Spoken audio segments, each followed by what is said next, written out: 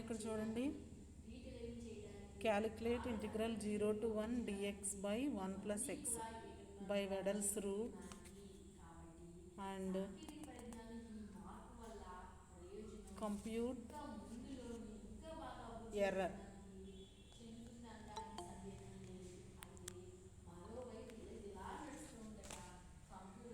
దీనికి మనం ఇక్కడ a equal to 0, b equal to 1, n equal to 6, h value 1/6. ఇక్కడ f of x equal to 1/1 plus x. తర్వాత table form చేయాలి. 0, 1 plus 6, 2/6, 3/6, 4/6, 5/6, 1. y equal to 1/1 plus x. దీన్ని 1/1 plus ఎక్స్లో multiply చేసుకుంటే వెళ్తే మనకి ఇలా వస్తాయి. చూడండి, వెడల్స్ రూల్ కూడా ఇచ్చాడు మనకి. వెడల్స్ రూల్ ఫార్ములా ఏమొస్తుందంటే 3h/10 అమ్మ. 3h/10 ఇక్కడ 1516 అంటే 1516 వేసుకుంటే ఆ కింద వాల్యూస్ కంటిన్యూస్గా ఉంటాయి. y0, y1, y2, y3, y4, y5, y6 కంటిన్యూస్గా ఉంటాయి. కాకపోతే అక్కడ పక్కన కోఎఫిషియంట్స్ మాత్రం చూడండి, 1516, 1516 అలా వేసుకోవాలి. ఈజీగా గుర్తుపెట్టుకోవడం. 1516 అమ్మ. మీరు 3h/10 వేసేసుకుని తర్వాత formula y0, y1, y2, y3, y4, y5, y6 వేసేసుకుని తర్వాత మీరు గుర్తుపెట్టుకోవాలంటే ఫస్ట్ దాని కోఎఫిషియంట్ y0 1, సెకండ్ దాని కోఎఫిషియంట్ 5, థర్డ్ దాని కోఎఫిషియంట్ 1, తర్వాత 6, అలా 1516, 1516 అన్న వస్తాయి అన్నమాట. మనం 6 వరకే కదా చూసుకోవాల్సింది. వాల్యూస్ సబ్స్టిట్యూట్ చేస్తే మనకి ఇలా వస్తాయి. నేను ఇది పెడతానులేండి. ఎర్రర్ అవసరం లేదు మనకి, ఎర్రర్ మనల్ని అడగడు. ఇక్కడ వరకు వాల్యూ క్యాలిక్యులేట్ చేస్తే 0.6932, 0.6932. మీరు ఎర్రర్ క్యాలిక్యులేట్ చేయాలంటే మళ్ళీ కొత్త ఫామ్లో వద్దు. ఈ tan ఇన్వర్స్ 1/x అది log of 1 plus x వస్తుంది. దీనికి log of 1 plus xకి 0.1 అప్లై చేయండి. ఎంత వస్తుందో చూసి log 1 అంటే 0 అయిపోతుంది. 0 పాయింట్లోనే వస్తుంది. చూడండి, యాక్చువల్గా అలా క్యాలిక్యులేట్ చేసి ఎర్రర్ ఎంత వస్తుందో చూడండి. ఇందాక ఈ ఫామ్లో ఇది కదా ఇచ్చాడు, ఇది ఆల్రెడీ చేసాం మనం. Evaluate integral 0 to 1 5.2 log e to the log x to the base e by Wedel's rule. ఇది కూడా వెడల్స్ రూలే. ఫామ్లో చూపిస్తున్నాను చూడండి. ఇక్కడ మల్టిప్లై చేసాడు వేరుగా, అలా అయినా పర్వాలేదు. లేదా మీరు ఇందాక తీసుకున్నట్టు y0, y1, y2 so on అని తీసుకుని y6 వరకు తీసుకోండి. తర్వాత 1516 అలా వాల్యూ వేసుకుంటే వెళ్తే మీకు ఇక్కడ ఎంత అవుతుంది? హెచ్ వాల్యూ వచ్చేసి 0.2 అంటే 5.2 - 4 0.2. నేను చెప్పాను ఇది టేబుల్ ఫామ్ చేయాలి. టేబుల్ ఫామ్ చేసిన తర్వాత మీరు వాల్యూస్ ఇందులో సబ్స్టిట్యూట్ చేయండి. సబ్స్టిట్యూట్ చేస్తే మీకు 1.82784771 ఎలా చేయాలో ఫార్ములా కూడా ఎలా గుర్తుపెట్టుకోవాలో చెప్పాను. ఈ వాల్యూస్ క్యాషియోలో తీసుకుని కొనుక్కోండి క్యాషియో. లేకపోతే మనం ఎగ్జామినేషన్లో అప్లై చేయడం అంత ఈజీ అయిపోదు. అర్థమైంది? మీరు ప్రాక్టీస్ చేస్తేనే మీకు ఈజీ అవుతుంది. ఎక్స్ వాల్యూస్ ఎంత? ఫస్ట్ది 4, సెకండ్ది 4. సేమ్ ఇదే ప్రాబ్లం నేను చెప్పాను నిన్న, చూసుకోండి. 1.828741 అంట ఆన్సర్. ఇవన్నీ పెడతాను మీకు. తర్వాత చూడండి,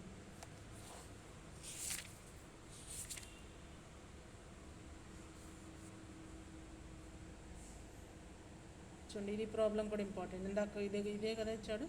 3/8 రూలు, 1/3 రూల్. ఇక్కడ ఓన్లీ 3/8 రూలే కనిపిస్తుంది మనకి. Hence find approximate value of 5. Same ఇందాక క్వశ్చన్ పేపర్లో ఉన్న క్వశ్చన్ అనమాట ఇది. ఇక్కడ a = 0, b = 1, h = 1/6, n = 6. n = 6 అని ఎలా తీసుకున్నాడు? ఇక్కడ h వాల్యూ 1/6, దాని నుంచి n = b - a/6 ఆ వాల్యూ తీసుకుంది. h = 1/6 ఆడు ఇచ్చేసాడు కాబట్టి దాని నుంచి n = 6 ఈజీగా వస్తుంది. దట్ ఈక్వల్లీ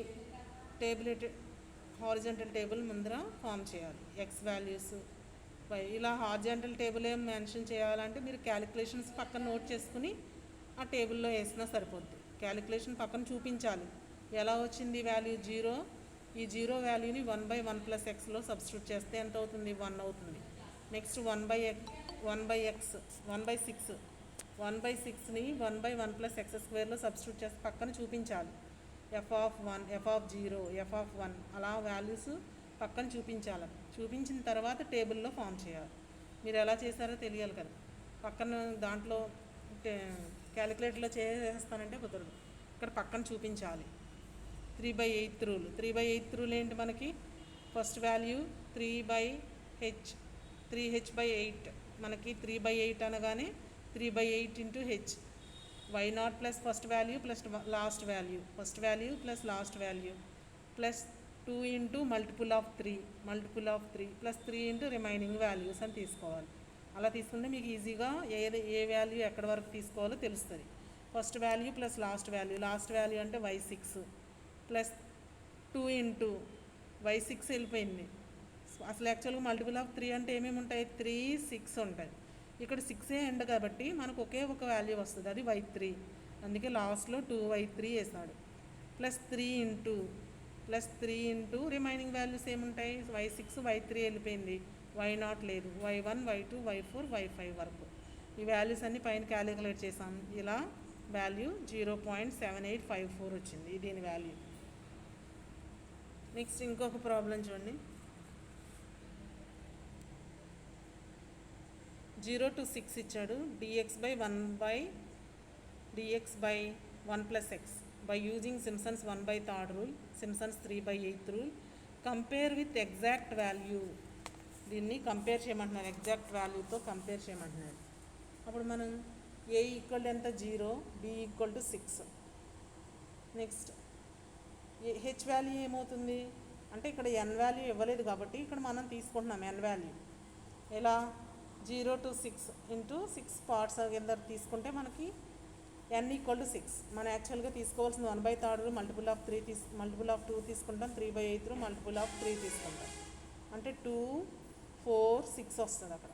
3/8 రూల్కి 3, 6, 9 వస్తుంది. ఈ రెండింటికి కామన్గా ఉన్న వాల్యూ 6, అందుకని n ఈక్వల్ టు 6 తీసుకున్నాను అనమాట. తర్వాత x values, y values. X values తీసుకుని వై వాల్యూస్ తీసుకున్నాం. By Simpson's 1/3 rule we have dx/1/1+x. Simpsons 1/3 rule ఏంటి ఇక్కడ? First value h/3 into first value plus last value into plus 2 into multiple of 2 అంటే ఏమన్నా వస్తాయి ఇక్కడ? 6 వరకు కదా మనం తీసుకుని. 6 అంటే ఎన్ని వస్తున్నాయి? 1, 2, 3, 4, 5, 6, 7 వాల్యూస్ వస్తాయి. n ఈక్వల్ టు 6 తీసుకున్నప్పుడు మనకి 7 ఆర్డినల్స్ వస్తాయి. 7 వాల్యూస్, 7 ఇంటర్వల్స్ అలా వస్తాయి అన్నమాట. That equal to plus 2 into multiple of 2 అంటే y6 వెళ్ళిపోయింది. ఇంకా మనకి మల్టిపుల్ ఆఫ్ 2 అంటే ఏముంటాయి ఇక్కడ? 2, 4 ఉంటాయి. 2, 4 remaining values plus 4 into remaining values తీసుకోవాలి. That equal to 1/3 into add చేస్తే మనకి ఇవన్నీ మల్టిప్లై చేస్తే 1.9586. యాక్చువల్ వాల్యూ అలా క్యాలిక్యులేట్. 1/3 ఇలా వచ్చింది. 3/8 రూల్. 3/8 రూల్ అంటే మళ్ళీ first 3h/8 into first value plus last value plus 2 into multiple of 3 plus 3 into remaining values. 6 వెళ్ళిపోయింది. మల్టిపుల్ ఆఫ్ 3 అంటే ఇంకేముంటుంది? ఒక్కటే కదా, y3 ఒక్కటే ఉంటుంది.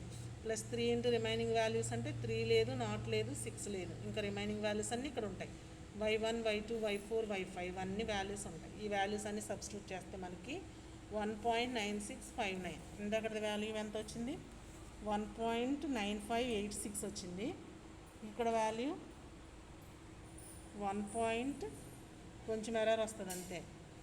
1.9659. ఇందాకది 1.9586. యాక్చువల్ వాల్యూ తీసుకుంటున్నాడు చూడండి. Actual integration 0 to 6 dx/1+x. దీనికి log of 1+x. 0 to 6 apply చేస్తే log 7 minus log 1. log 1 జీరోనే. log 7 value ఎంత వస్తుందంట? 1.945991 ఇలా వస్తుంది.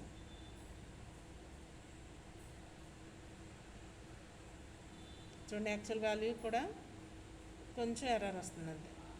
నన్ను యాక్చువల్ వాల్యూ క్యాలిక్యులేట్ చేయమన్నాడు అంతేగాని ఎర్రర్ ఫైండ్ అవుట్ చేయమనలేదు. ఇది యాక్చువల్ వాల్యూ ఇలా చేయాలి.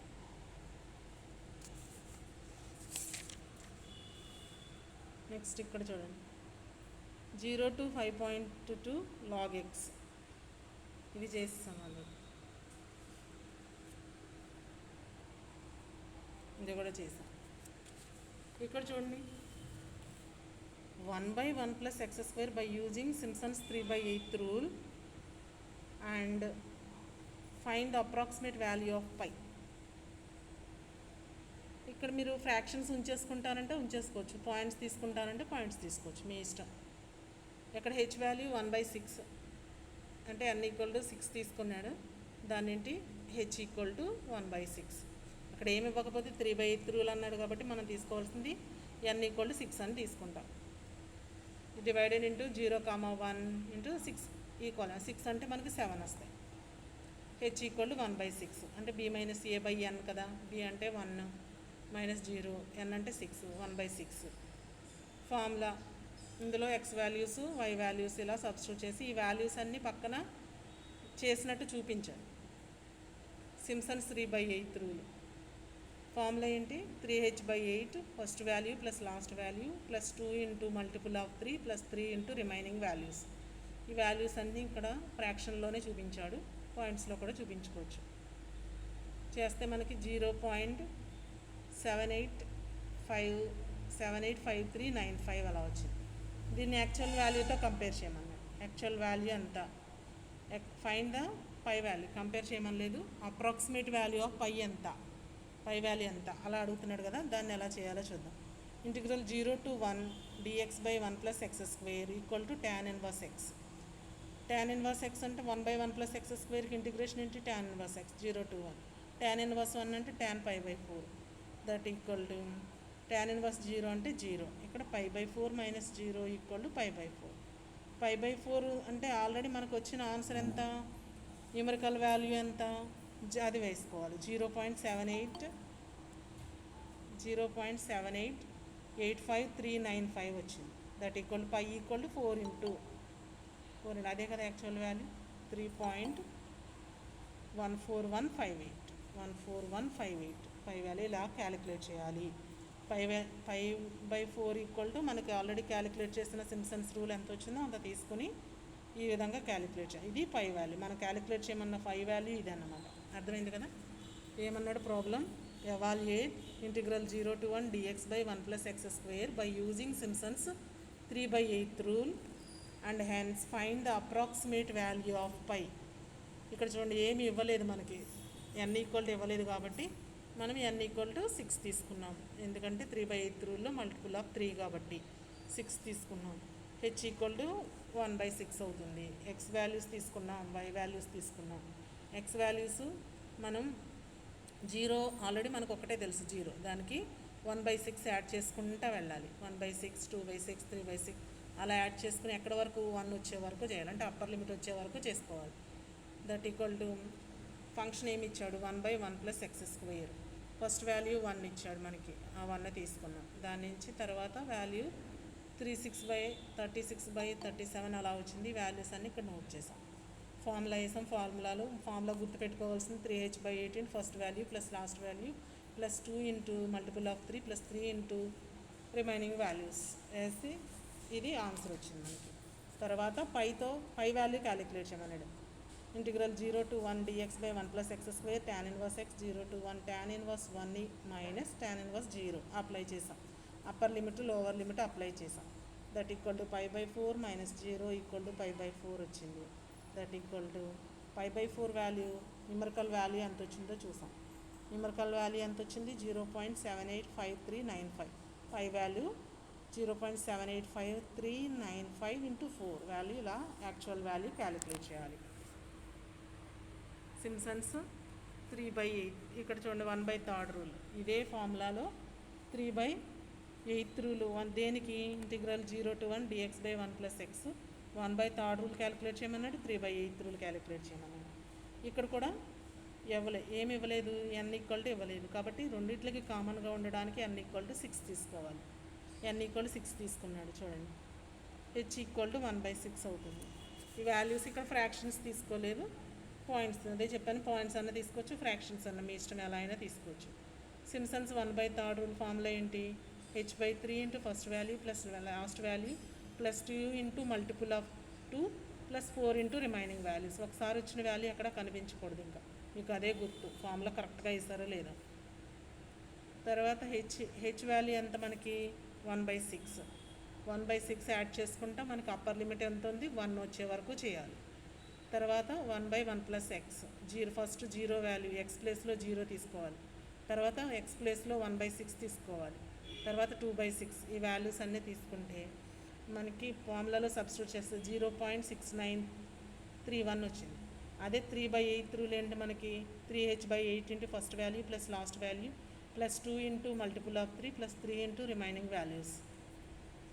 ఇది సబ్స్టిట్యూట్ చేస్తే హెచ్ వాల్యూ ఎంత? 1/6 కదా, 3/48 వచ్చింది. ఈ వాల్యూస్ అన్నీ అప్లై చేస్తే మనకి 0.6932. ఇందాకది ఎంత వచ్చింది? ఇదే వాల్యూ 0.6931, ఇదేమో 0.6932, 1 పాయింట్ తేడా వచ్చింది. ఇలా యాక్చువల్ వాల్యూ చేయమంటే దీనికి log of 1 + x 0 అప్లై చేసి, ఎర్రర్ క్యాలిక్యులేట్ చేయమంటే మాత్రం దేనికి దానికి సింప్సన్స్ రూల్కి వేరుగా. నెక్స్ట్ సింప్సన్స్ 1/3 రూల్ ఎర్రర్ అని పెట్టి ఎలా రాయాలి? Actual value minus numerical value, actual value minus numerical value. అలాగే 3/8 రూల్ కూడా actual value minus numerical value ఎంత వచ్చిందో ఎర్రర్ చూసి అక్కడ రాయాలి.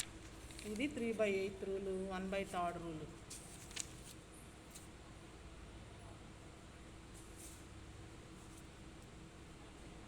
వెడల్స్ రూలు, వెడల్స్ రూల్ చేసాం కదా, వెడల్స్ రూల్.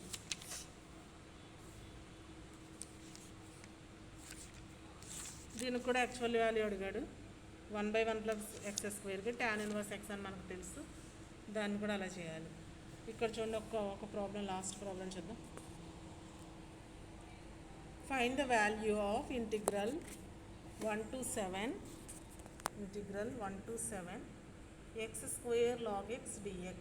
ఇలా ఇచ్చినప్పుడు మాత్రం మీరు లాగరిథం క్యాషియో ఖచ్చితంగా కావాలి. Using Weddle's rule. f of x equal ఏమి ఇచ్చాడు? x² log x.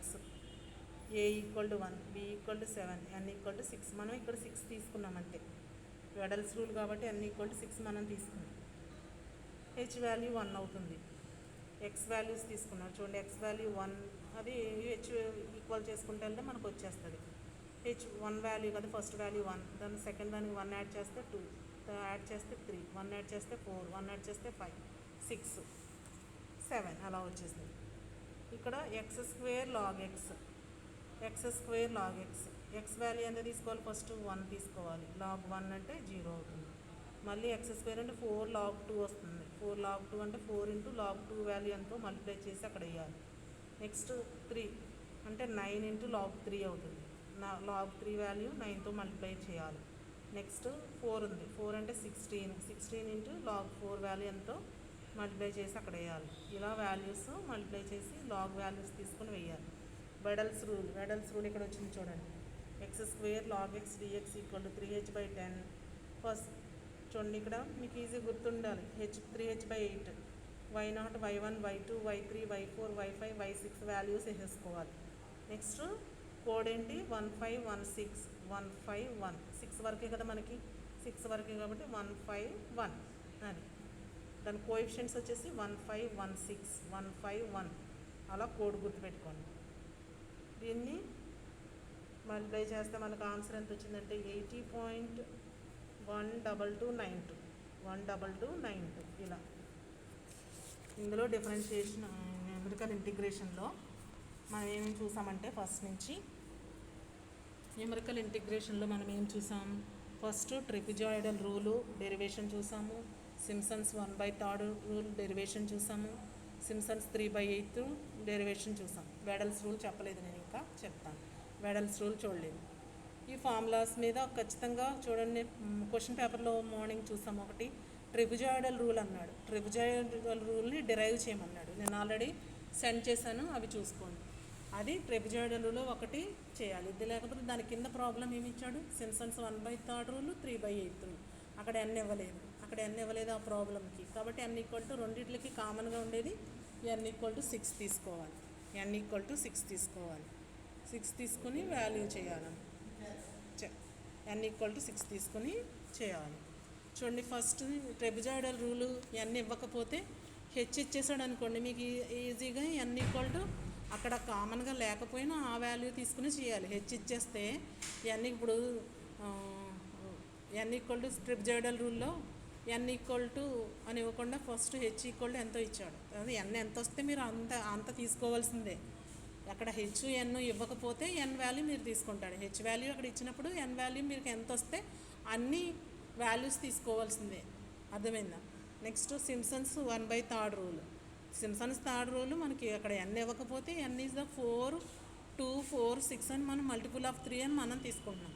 H value కనుక వాడు ఎంతో 6, 7 ఆడు ఇచ్చేసాడు అనుకోండి హెచ్ వాల్యూ, దాని నుంచి ఎన్ ఎంత వస్తుందో అన్ని వాల్యూస్ ఖచ్చితంగా చేసి మనం టేబుల్లో చూపించాల్సిందే. హెచ్ ఎన్ ఇవ్వకపోతే మనం అక్కడ n equal to value multiple of 2 కాబట్టి సింప్సన్స్ 1/3 రూల్లో మనం అక్కడ 6, 2, 4, 6 అని వాల్యూస్ తీసుకోవచ్చు. హెచ్ ఇచ్చినప్పుడు ఖచ్చితంగా ఎంత వస్తే అంత తీసుకోవాల్సిందే.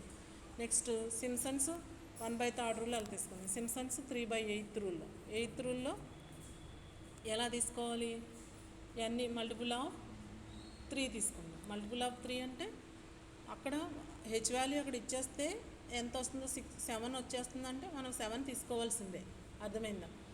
అలా ఇవ్వకుండా హెచ్ ఎన్ ఇవ్వలేదు అంటే మీరు అప్పుడు ఎన్ తీసుకుని అప్పుడు హెచ్ వాల్యూ క్యాలిక్యులేట్ చేయాలి. అది 3/8 రూల్. అలాగే వెడల్స్ రూల్ అంటే ఎన్ ఈక్వల్ టు 6. ఇంకా మనం ఇంకేం లేదు, ఎన్ ఈక్వల్ టు 6 తీసుకోవాల్సిందే. ఫార్ములా వచ్చేసి 3h/10 వస్తుంది. 3h/10 వస్తుంది. కోడ్ గుర్తుపెట్టుకోవాలి. ఇక్కడ ఫస్ట్ y6 వాల్యూస్ వరకు వేసుకోవాలి. y0 plus y1, y2, y3, y4, y6 వరకు వేసుకుని దాని కోడ్ పక్కన అప్పుడు నోట్ చేయండి. 1516 అలా మీరు నోట్ చేసుకుంటే మీకు ఈజీగా గుర్తుంటాయి. అన్ని ఫార్ములాస్ కూడా మీకు ఈజీగా గుర్తున్నాయి. ఫస్ట్ది సింప్సన్స్ 1/3 రూల్ ఫార్ములా ఏంటి? Simpson's 1/3 rule 1h/3 into first value plus last value plus 2 into multiple of 2 plus 4 into remaining values అలాగే 3/8 రూల్ ఏంటి formula? 3h/8 into y0 plus first value plus last value plus 2 into multiple of 3 plus 3 into remaining values. అలా గుర్తుపెట్టుకోండి. Formula y0, y1 అలా గుర్తుపెట్టుకొని కన్నా ఇలా గుర్తుపెట్టుకుంటే మీకు ఈజీ అవుతుంది. First value plus last value plus 2 into multiple of 3 plus 3 into remaining values. అలా మళ్ళీ వెడల్స్ రూల్ వచ్చేసరికి 3h/10 first value last value ఇక్కడ ఉండదు. y0 plus y1, y2 so on. ఇక్కడ y6 వరకే తీసుకోండి. ఎన్ని ఇచ్చినా కానీ y6 వరకే తీసుకోండి. అప్పుడు 1516 అనే కోడ్ గుర్తుపెట్టుకోండి. మీకు ఈజీగా వచ్చేస్తాయి ఫార్ములాస్ అన్నీ. ఆ డెరివేషన్స్ ఈ ఫార్ములాస్ తీసుకుంటే ఖచ్చితంగా ఒక 5 మార్క్స్ ఉంటుంది, ఒక 10 మార్క్స్ ఉంటుంది. మీకు లక్కీగా 2 ఫార్ములాస్ 2 ఇవ్వచ్చు. సింప్సన్స్ 5 మార్క్స్లోనే 2 ప్రాబ్లమ్స్ కూడా ఇవ్వచ్చు. ట్రెపిజాయిడల్ రూల్ని అక్కడ డెరైవ్ చేయమని 5 మార్క్స్కి ఇవ్వచ్చు. ఇక్కడ ట్రెపిజాయిడల్లోని 10 మార్క్స్కి డెరైవ్ చేయమని ఇవ్వచ్చు. ఫార్ములా కింద ఒక ప్రాబ్లం ఇవ్వచ్చు. ఈ విధంగా న్యూమరికల్ డిఫరెన్షియేషన్ ఉంటుంది. ఇందులో ప్రాబ్లమ్స్ డెరివేషన్స్ ఉంటాయి. అర్థమైందా? ఈ ప్రాబ్లమ్స్ అన్నీ నేను సెండ్ చేస్తాను. అర్థమవుతుందా? మోడల్ పేపర్ చూసాము, మీకు ఒక ఐడియా వచ్చేయాలి.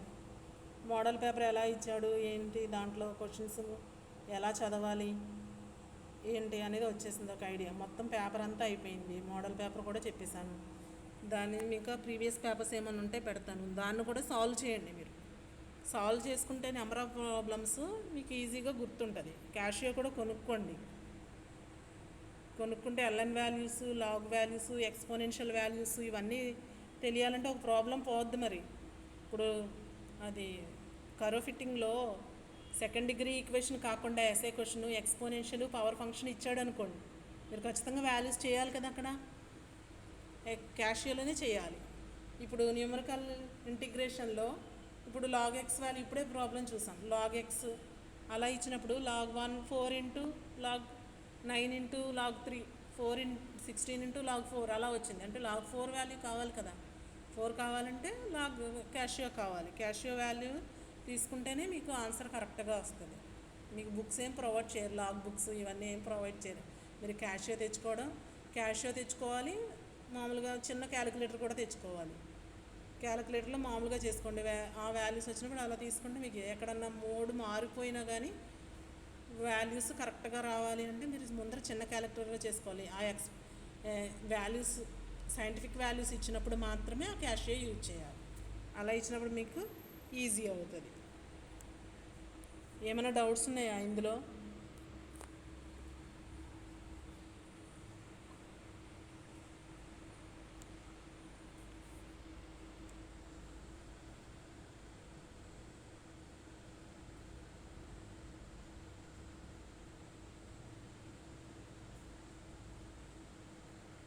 అమ్మా ఏమైనా డౌట్స్ ఉన్నాయా?